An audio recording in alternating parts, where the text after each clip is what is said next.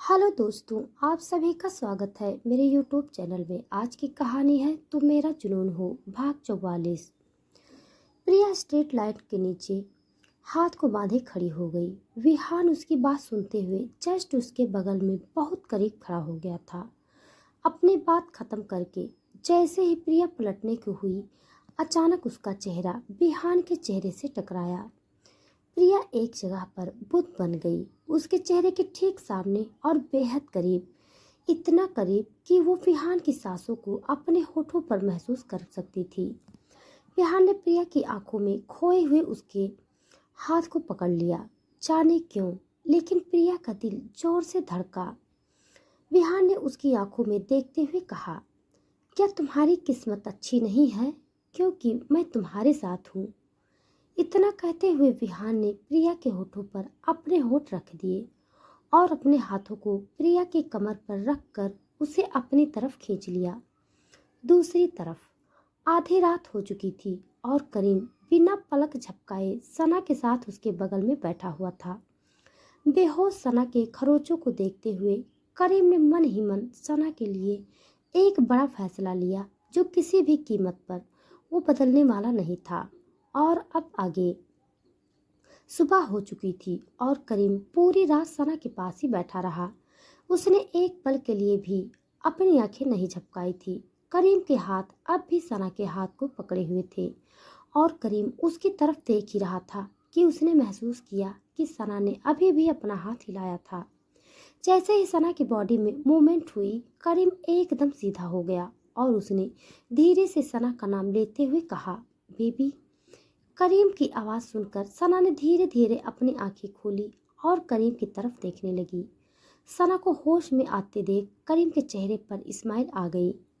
हालांकि उसकी आंखों में दर्द भी देखा जा सकता था। सना ने धीरे धीरे अपनी आंखें खोली तो उसे अपनी बॉडी पर पेन होता हुआ महसूस हुआ। उसने बॉडी के दर्द को महसूस करते हुए सना को बेहोश होने से पहले का वो आखिरी लम्हा याद आया, जब सना जैस्मिन के गोद में थी और ऐन वक्त पर जैस्मिन ने उसे बचा लिया था। उस पल को याद करके सना को जैस्मिन की याद आई। वहीं सना ने जब करीम को अपनी आंखों के सामने देखा तो उसकी आंखों के कोनों से आंसू बहकर उसके कानों की तरफ बहने लगे और उसने धीरे से कहा, करीम। करीम ने सना के सर पर हाथ से सहलाया तो सना ने अपनी आंखों को बंद कर लिया। तभी करीम ने पूछा, बेबी, तुम ठीक तो हो ना? हाँ, मैं ठीक हूँ, तुम चिंता मत करो, सना ने करीम से कहा। लेकिन करीम ने उसकी बात नहीं सुनी। उसने उसे रोकते हुए कहा, तुम चुप रहो, मुझे डॉक्टर को बुलाने दो। करीम डॉक्टर को बुलाने के लिए उठने ही वाला था तो सना ने करीम के हाथ को झटके से पकड़ा तो उसके हाथ में दर्द हुआ और वो कराह उठी। आह! सना के कराहने की आवाज़ सुनकर करीम जल्दी से पलटा और रुक गया, लेकिन सना ने उसका हाथ नहीं छोड़ा और उसकी आंखों में देखते हुए उसे कहा, करीम, मुझे डॉक्टर की नहीं तुम्हारी ज़रूरत है, प्लीज़ तुम मेरे पास रहो। सना की बात सुनकर करीम सना के पास ही बैठ गया। सना के पास बैठते हुए करीम सना के सर पर हाथ फिराने लगा। तभी कमरे का दरवाज़ा खुला। सना और करीम उन दोनों ने दरवाजे की तरफ देखा तो वहां पर विहान और प्रिया के साथ मोहित और जैस्मिन भी खड़े थे। वो चारों मुस्कुरा रहे थे। जैस्मिन और प्रिया दोनों एक साथ अंदर आ गई और दोनों सना के बगल में खड़ी हो गई। प्रिया ने सना की फिक्र करते हुए उससे पूछा, सना, क्या तुम अब ठीक हो? सना ने मुस्कुराकर हाँ में सर हिला दिया। विहान और प्रिया दोनों करीम के बगल में खड़े हो गए थे और जैस्मिन मोहित के साथ करीम के आगे बेड के दूसरी साइड में खड़ी थी। सना ने मोहित को देखते ही पहचान लिया था कि वो मोहित रायजादा है। भला मोहित को कौन नहीं पहचानता। तभी मोहित ने सना की तरफ देखा और स्माइल करते हुए कहा, हाय भाभी, आप मुझे तो पहचानती ही होंगी। मोहित की बात सुनकर सना हाँ में सर हिलाते हुए मुस्कुराने लगी। फिर उसने जैस्मिन की तरफ देखा और स्माइल करते हुए उसका हाथ पकड़ने के लिए हाथ बढ़ाया तो जैस्मिन ने आगे आकर सना का हाथ पकड़ लिया। तभी सना ने स्माइल करते हुए कहा, मोहित भाई, आपको कौन नहीं पहचानता, और अब तो मैं मिस्टीरियस मिसेस रायजादा को भी पहचान गई हूँ। क्यों? सना के इतना कहते ही सब मुस्कुरा दिए। अब सना अच्छे से जान चुकी थी कि जैस्मिन जो उसकी दोस्त थी वही मिसेस राजादा है। सना इस बात से खुश थी। आखिर उसके साथ जो भी हादसा हुआ वो तो हुआ, लेकिन कम से कम मिसेस राजादा की सच्चाई तो सामने आ गई। इन सब के बारे में सोचते हुए सना के मन में ख्याल आया कि अगर जैस्मिन मिसेस राजादा है तो उस दिन पार्टी हॉल में कौन था जो जैस्मिन को ब्लैकमेल कर रहा था। और क्यों क्यों जैस्मिन से ये कह रहा था कि मोहित को सच बता देगा। भला कौन सी मजबूरी होगी जैस्मिन की। जैस्मिन की तरफ देखते हुए सना के मन में यही सब चल रहा था। जैस्मिन ने जब उसे अपनी तरफ देखता हुआ पाया तो इशारे में ही पूछा, क्या हुआ। सना ने ना में सर हिला दिया। तभी प्रिया ने अपने बैग से हॉट बाउल निकाल कर करीम के सामने करते हुए उससे कहा, मिस्टर कपूर, सना ने कल से कुछ भी नहीं खाया होगा, आप इसे ये खिला दीजिए। प्रिया के इतना कहते ही करीम ने प्रिया की तरफ देखा। बिहान, मोहित, जैस्मिन और सना वो सब प्रिया की तरफ देखने लगे। प्रिया ने जल्दी से अपने दांतों तले जीभ दबा ली, क्योंकि उसे एहसास हुआ कि वो अभी भी करीम को आदेश दे रही थी। उसने जब करीम को अपनी ओर देखता पाया तो जल्दी से कहा, वो मैं बस ऐसे मैं खिला दे।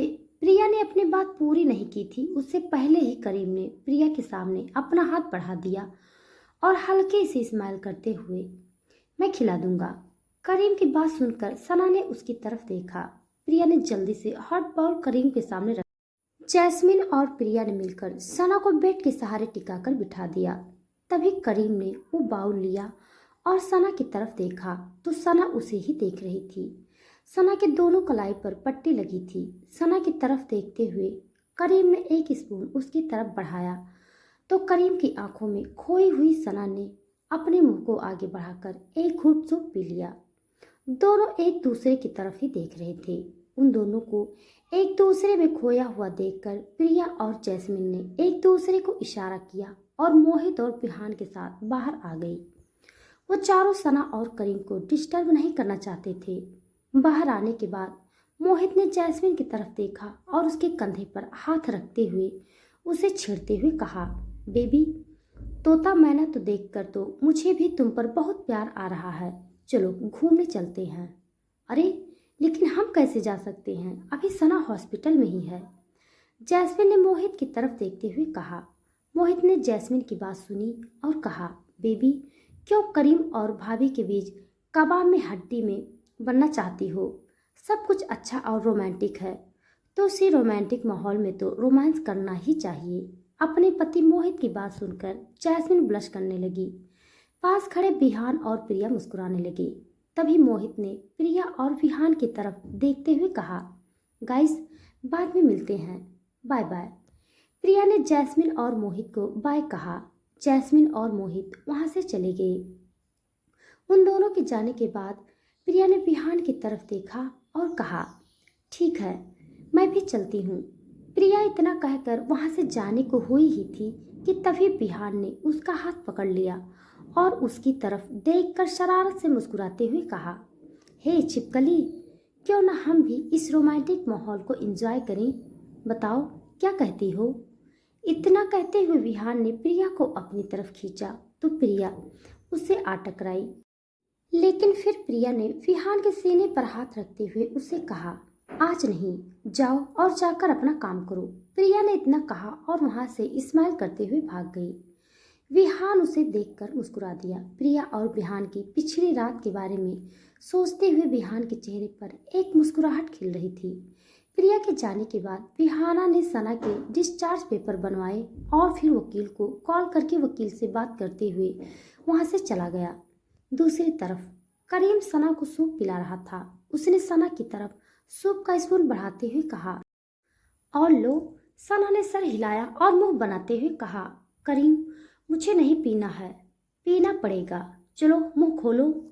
करीम ने आंखें सिकोड़ते हुए कहा, नहीं। सना ने जिद की। करीम ने फिर सना के साथ कोई जबरदस्ती न करते हुए उसकी बात मान ली और फिर उसने सना को पानी पिलाया और फिर उसे दवाई देकर लिटा दिया। दवा खाने के बाद सना वहां लेट गई। जब दवा के असर से सना सो रही थी तब करीम धीरे से वहां से हटा और उठकर केबिन के बाहर चला गया। उसने सना के पास एक नर्स को बिठा दिया।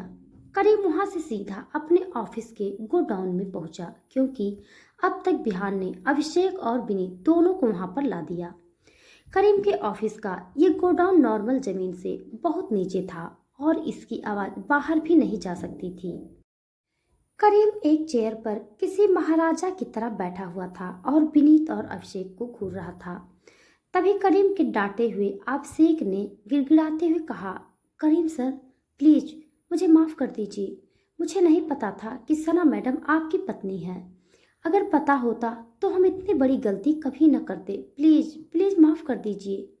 माफ कर दूं तुम्हें? तुम्हारी हिम्मत भी कैसे हुई मेरी सना को हाथ लगाने की? करीब ने गुस्से से चिल्लाते हुए अभिषेक को लगातार घूंसे से मारा। उस पर भी उसे संतोष नहीं हुआ तो उसने अभिषेक के बालों को कसकर पकड़ा और पूरी ताकत से खींचा। उसके ऐसा करने से अभिषेक जोर से दर्द से चीखा तो करीम ने उसके बालों को और जोर से खींचते हुए गुस्से से लाल होकर चीखते हुए कहा, क्यों, दर्द हो रहा है? इसी तरह चीख रही थी ना सना जब तुम अपने हाथों से उसके बाल खींच रहे थे? हाँ?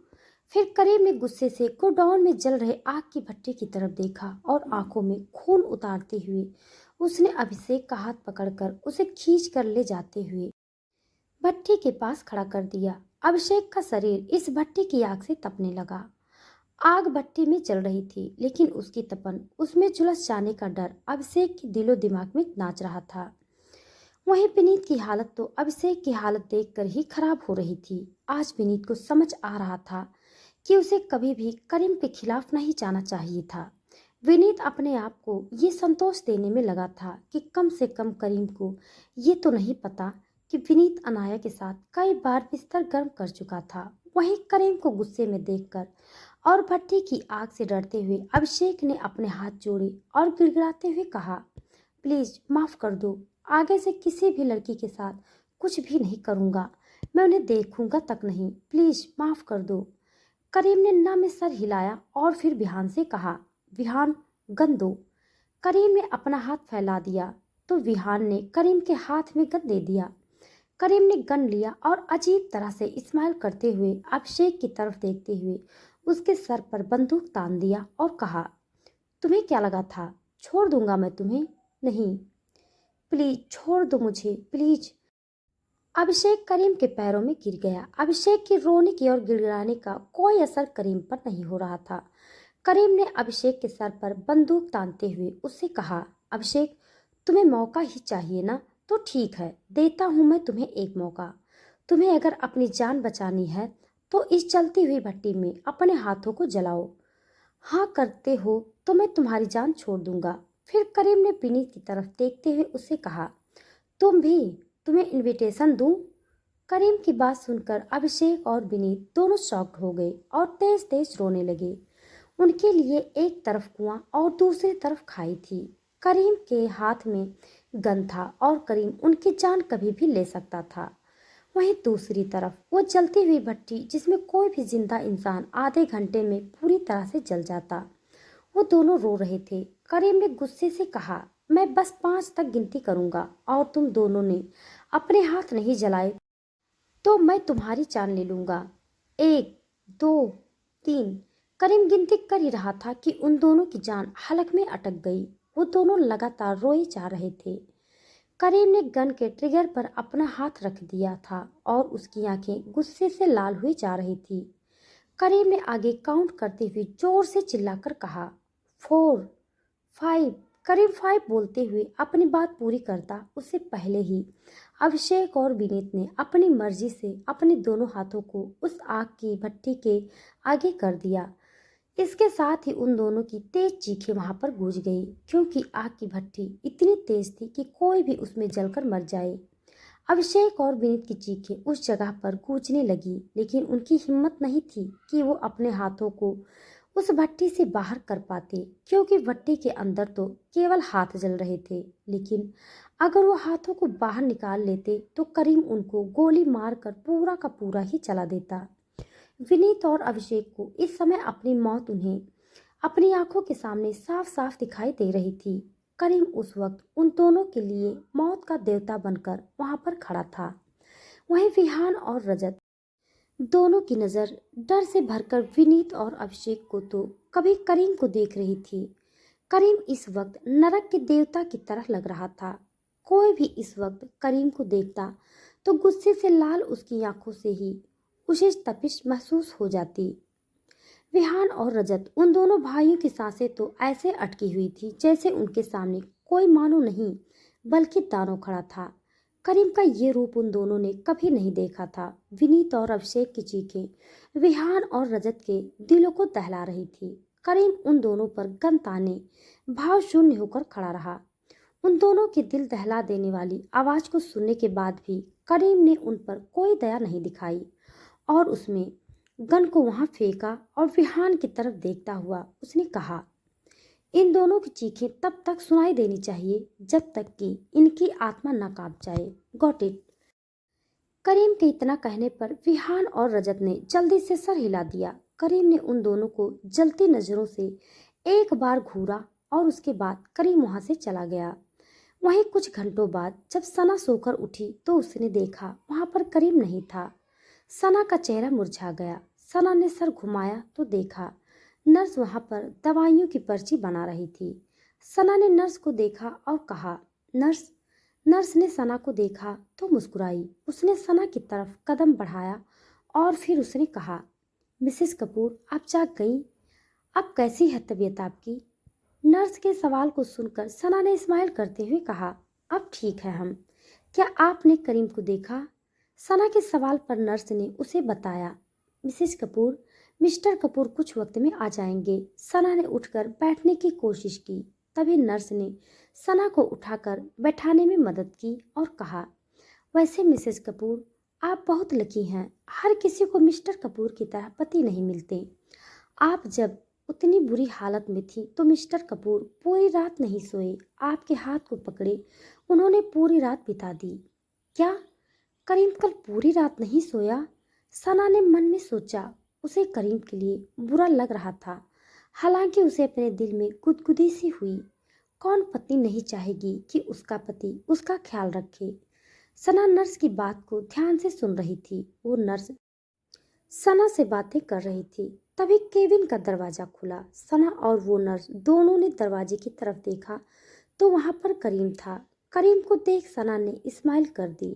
करीम अंदर आया तो सना उसकी तरफ देख रही थी। करीम को देखकर ही पता चल रहा था कि वो पूरा एक दिन और एक रात नहीं सोया है। सना ने उसे देखा और कुछ नहीं कहा। तभी करीम ने सना की तरफ देखा और उसके सर पर प्यार से हाथ फिराकर कहा, बेबी, घर चलने के लिए रेडी हो ना? हाँ, सना ने धीरे से कहा। करीम ने भी सर हिलाया और तभी कमरे में एमिली आ गई। एमिली को करीम ने ही बुलाया था। एमिली ने सना के ड्रेस को बदलने में उसकी मदद की और उसे हॉस्पिटल के कपड़ों से निकालकर लाइट ऑरेंज कलर का जंप सूट पहना दिया। अब रेडी थी। सना और करीम जल्दी ही विला पहुंच गए। करीम ने सना को गोद में उठाकर उसके कमरे में पहुंचा दिया और फिर एमिली ने सना के लिए ताज़ा और गर्म सूप बनाने चली गई। सना अपने कमरे में बेड पर थी और करीम भी उसके बगल में बैठा हुआ था। पिछले दोपहर से उसने अब तक ऑफिस का कोई काम नहीं किया था। उसका पूरा ध्यान तो सना पर ही था। इसीलिए अब जब सना ठीक थी और करीम के सामने बैठी हुई थी तब करीम के दिल में सुकून था। करीम सना के बगल में अपना लैपटॉप लेकर बैठा था और उसकी उंगलियां तेजी से खिटपिट कर रही थी। सना बेड पर अध लेटी हुई अपना फ़ोन चला रही थी। सना ने देखा कि पिछले कुछ घंटों में उसे कई फ़ोन आए थे। ये फ़ोन उसकी सौतेली माँ के थे। सना को याद आया कि उसकी सौतेली माँ ने तो उसे सारिका के इंगेजमेंट डेट से पहले बुलाया था। हालांकि मुद्दा ये नहीं था कि सना को सारिका की सगाई में इंटरेस्ट था। बात बस इतना था कि सना को अपनी माँ की आखिरी निशानी वो गहने चाहिए जो कि भारती ने अपने पास रख लिया था। वो गहने भले ही बेशकीमती ना हो, लेकिन सना के लिए उसकी कीमत करोड़ों रुपए से अधिक थी। उन कॉल्स को देखते हुए सना ने बड़बड़ाते हुए कहा, ओह गॉड, सौतेली माँ का फ़ोन मैंने रिसीव नहीं किया। वो नाराज़ होंगी अब। करीम ने सना को खुद से बड़बड़ाते हुए देखा तो अपनी नजरें घुमाकर उससे पूछा, बेबी क्या हुआ? सना ने ना में सर हिला दिया और कहा, नहीं कुछ नहीं, मैं तो बस ये सोच रही थी कि गुप्ता निवास कब जाऊं, जाना जरूरी है? करीम ने भौहें सिकोड़ते हुए पूछा। हाँ बहुत जरूरी है, सना ने उसकी तरफ देखकर कहा।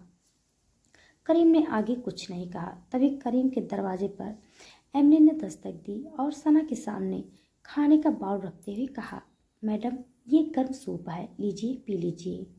नो, मुझे नहीं पीना। सना ने मुंह बना लिया तो करीम ने उसकी तरफ देखा और फिर बिना कुछ कहे उठकर सना की तरफ आकर उसके सामने बैठ गया। एमिली ने जब ये देखा तो वहाँ से चली गई। करीम ने सूप को अपने हाथों में लिया और कहा, बेबी ये सूप तुम्हारे लिए फायदेमंद है, इसीलिए ये सूप पीना भी पड़ेगा। इतना कहते हुए सूप का एक घूंट करीम ने सना की तरफ बढ़ाया। करीम की आंखों में देखते हुए सना ने वो सूप का घूंट पी लिया। धीरे धीरे करके करीम ने पूरा सूप सना को पिला दिया। उतनी देर में सना ने एमिली से कहकर करीम के लिए भी नाश्ता बनवाया, क्योंकि उसे पता था पिछले दिन से करीम ने भी कुछ नहीं खाया होगा। एमिली करीम के लिए भी ब्रेकफास्ट लेकर आई। जल्दी ही उन दोनों पति पत्नी ने अपना खाना खत्म कर लिया। खाना के बाद करीम ने सना के हाथ से उसका फ़ोन लेकर साइड में रख दिया और उसे बिस्तर पर लिटाकर सोने के लिए कहा। सना लेट गई और करीम उसके बगल में बैठ गया और लैपटॉप चलाने लगा। करीम बार बार अपने हाथ की 2 उंगलियों से अपने फोरहेड पर रफ कर रहा था। उसके सर में दर्द हो रहा था, लेकिन फिर भी वो काम कर रहा था। सना कुछ देर तक पलटकर करीम को अपना सर रब करते हुए देख रही थी। फिर वो अचानक उठकर बैठ गई। उसने झटके से करीम के लैपटॉप को बंद कर दिया। लैपटॉप बंद होते ही करीम ने सना की तरफ देखकर तेजी आवाज में कहा, बेबी मैं ज़रूरी काम कर रहा था। सना ने करीम को चिढ़ते हुए देखा और कहा, हाँ लेकिन तुम्हारी सेहत से ज़रूरी कोई दूसरा काम नहीं है। चलो जाओ, ऑर्डर की दवा लेकर सो जाओ। सना ने करीम के हाथ से उसका लैपटॉप ले लिया। सना की कलाई में हल्का दर्द हुआ, लेकिन उसने उसे जाने दिया। करीम ने आंखें सिकोड़ ली और कहा, लैपटॉप दो। सना ने कहा, लैपटॉप नहीं दूंगी, सो जाओ अब। करीम ने सर हिलाया। उसने देखा ये लड़की जिद कर रही थी और उसका लैपटॉप भी उसने अपने पीछे छिपा लिया था।